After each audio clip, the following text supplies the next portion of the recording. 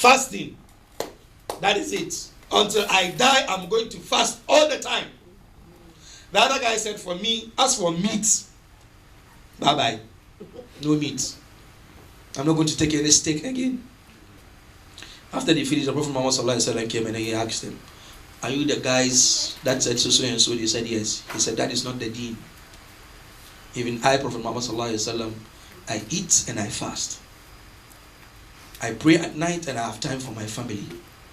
فَمَنْ رَغِبَ عَنْ سُنَّتِي فَلَيْسَ مِنِّي. So please, Islam is about being moderate. The reality of the dunya is not us shoving the dunya away. The reality of the dunya is when the Almighty Allah gives us the dunya, we use the dunya to help others and use the dunya to seek for our akhirah. But then if the dunya that we have in our hands blinds us from seeking the akhirah, then that dunya is a fitna for us. If the monies that we have blind us from seeking the akhirah, that money is fitna. If our wives blind us from following Allah, then those wives are fitna for us. You go to Surah Abasa. يَوْمَ يَفِرُّ الْمَرْءُ مِنْ أَخِيهِ وَأُمِّهِ وَأَبِيهِ وَصَاحِبَتِهِ وَبَنِيهِ لِكُلِّ امْرِئٍ مِّنْهُمْ يَوْمَئِذٍ شَأْنُ يُغْنِيهِ. A day that you meet your brother and then you are running away from him. Not as if you didn't see him. You see him, he sees you, and then you are running away. وَصَاحِبَتِهِ وَبَنِيهِ. And then his wife and then his children. Some people have made their wives let them forget about the akhirah. They can't help. I'm not attacking feminism. This is your country. I know you are the champions of feminism. You are carrying the flag high. What I'm trying to say is, don't let your wife prevent you from doing acts of ibadah. That's it. Here you have joint accounts. In Africa we don't have that. It doesn't exist. So maybe the masjid needs maybe $2,000, and then they come to you, say, we need some money. Okay, no problem. I'll discuss with madam. And the madam says, no, we are paying for the fees of the children. It's 18 grand a year. We are paying this. We are paying this. We are paying this. After we've paid all that for the year, you have almost 500 grand in the account. And you can part away with just 2 grand for the masjid. But the moment Hajia said, no, that's it. She does you muscle ras and muscle uznain, and that's it. You know muscle ras and muscle uznain. You know these women, may the Almighty Allah preserve them. Amen. No, the men are not saying amen.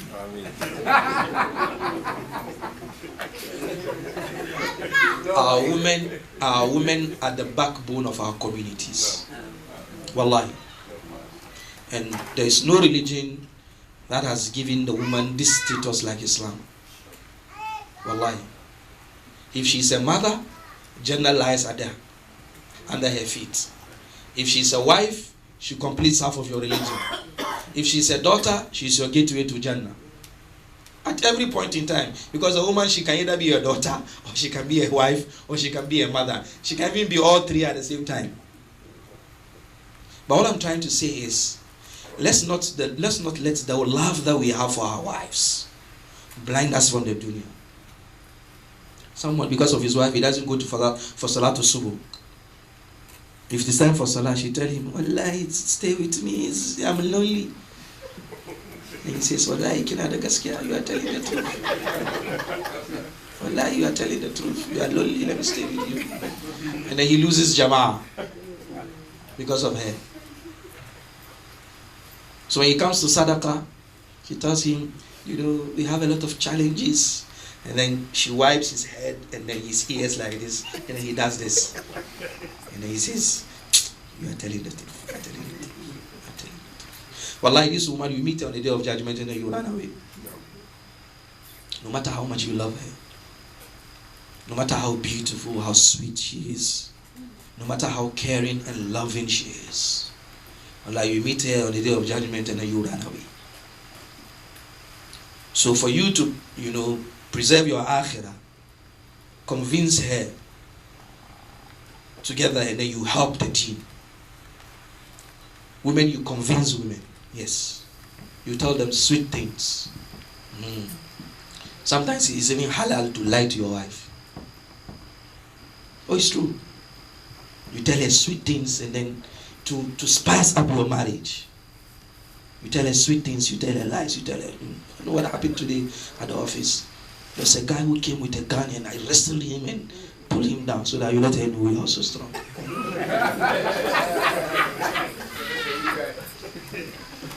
But what I'm trying to drive at is, together with our sisters, our wives, let's form a strong bond to help the team. Our sisters are blessed, seriously. They might be working, jobs, rich, well-to-do. And alhamdulillah, I've observed something back home in Africa. The sisters give more sadaqah than the men. I don't know about here. Is it the same? Well, I'm not saying it so that the guys will be annoyed. It's not true. The sisters give more sadaqah than the men. Wallah, that's what I observed. There is a sister group that I know in Niger called the Sisters of Ibadur Rahman. That's the name of the community. They are in Niger. Sisters. They just form an association. They pledge that every month they take up a percentage of their salaries as dues for the association. And they go back into the hinterland in Niger. It's predominantly desert. And then they dig wells. That's what they do.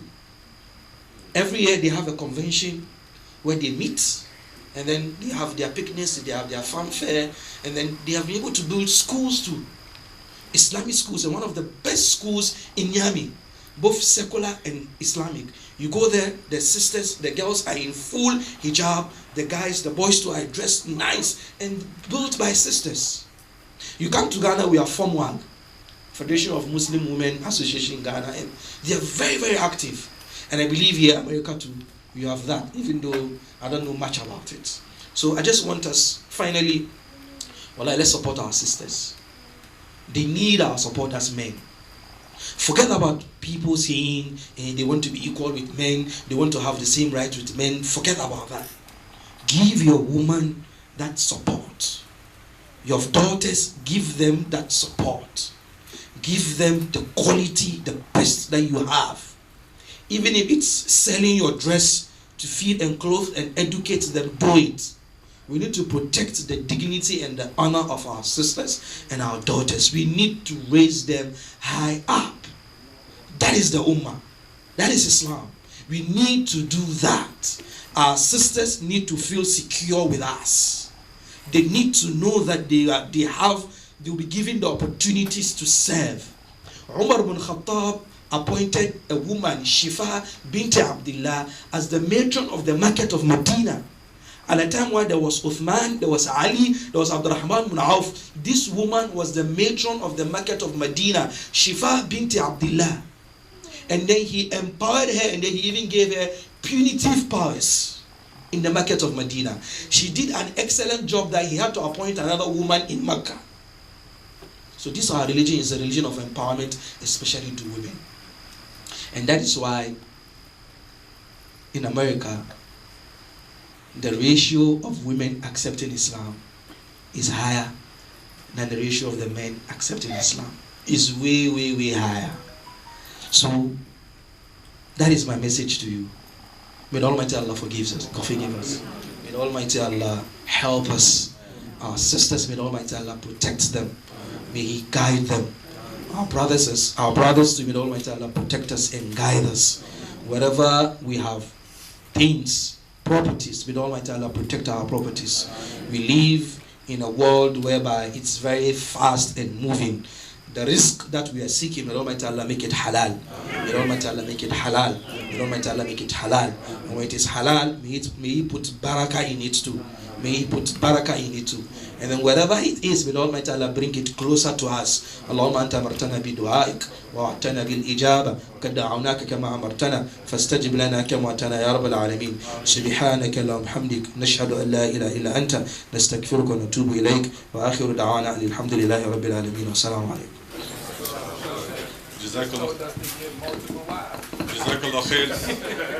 جزاك الله خير Sheikh Abdul Hamid. He's accusing me of something. Yeah. So that the sisters will not hate me when I come back next time. He said, I'm encouraging them to get more wives. I didn't say that. I didn't say that. So that the sisters, when I came khutbah, they were all greeting me, alhamdulillah, alhamdulillah. So that tomorrow they will see me and say, see, he did a good job and he destroyed everything. He said they should marry more wives.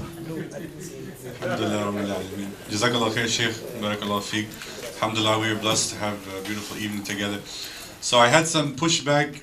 Every time we have an event like this, I prefer this space. I prefer a space where brothers and sisters can sit equally and enjoy the speaker together. And I almost always get pushback. Why don't we have it in the musalla? Why don't we have it here? And there are blessings in both spaces, alhamdulillah. There's blessings in the musalla. But I feel in our time and day and age, it's very important for us to make sure that our sisters have equal access to knowledge. I agree. This is half of the ummah. Our sisters are more than half of the ummah. So we have to make sure that they're given equal access. And the reality is most of us, you know, in the old days it used to be the husbands would go to the halaqah and then go home and tell his wife. We're not doing that anymore. So we have to make sure our sisters are always feel welcome, and inshallah that's my task here as in my position. So if that's not the case, inshallah we'll do something about that. Jazakumullah khair. أقول قولي هذا واستغفر الله لي ولكم فاستغفروه إنه غفور رحيم. السلام عليكم.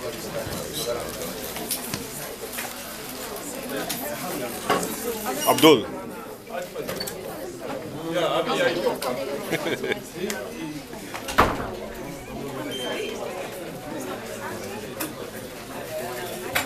Ya babon, ni na je live Facebook ne kada ba shi kuma na abin na ta ka tsin ka ga yanzu. Baka je live Facebook ba.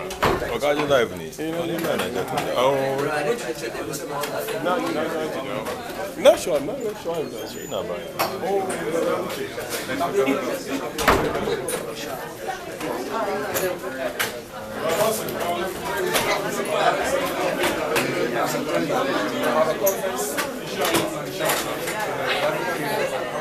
I told Faisal, I said today, no chickens.